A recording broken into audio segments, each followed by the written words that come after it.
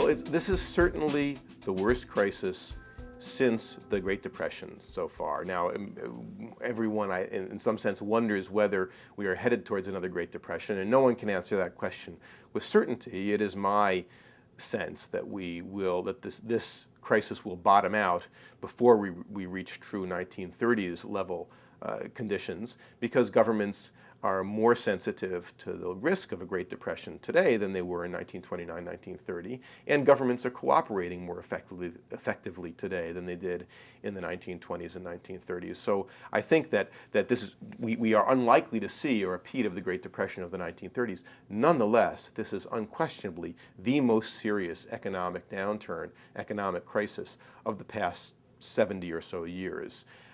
What happens in the longer run cannot with any certainty be forecast.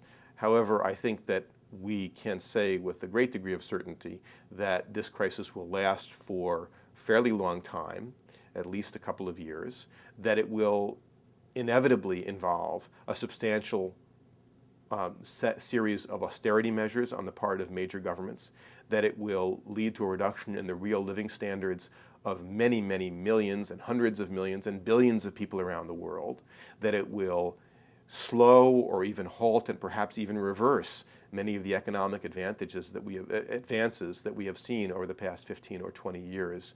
So this is a serious crisis. This is going to set the world back a decade or so, and perhaps set the United States back a decade or so as well. We had made some very substantial improvements in our macroeconomic position, in alleviating some of the problems that we had in the United States with income distribution, in reducing poverty in the U.S., and much of that is going to be, many of those advances are going to be called into question by the current crisis and the attempts to deal with it in an effective way.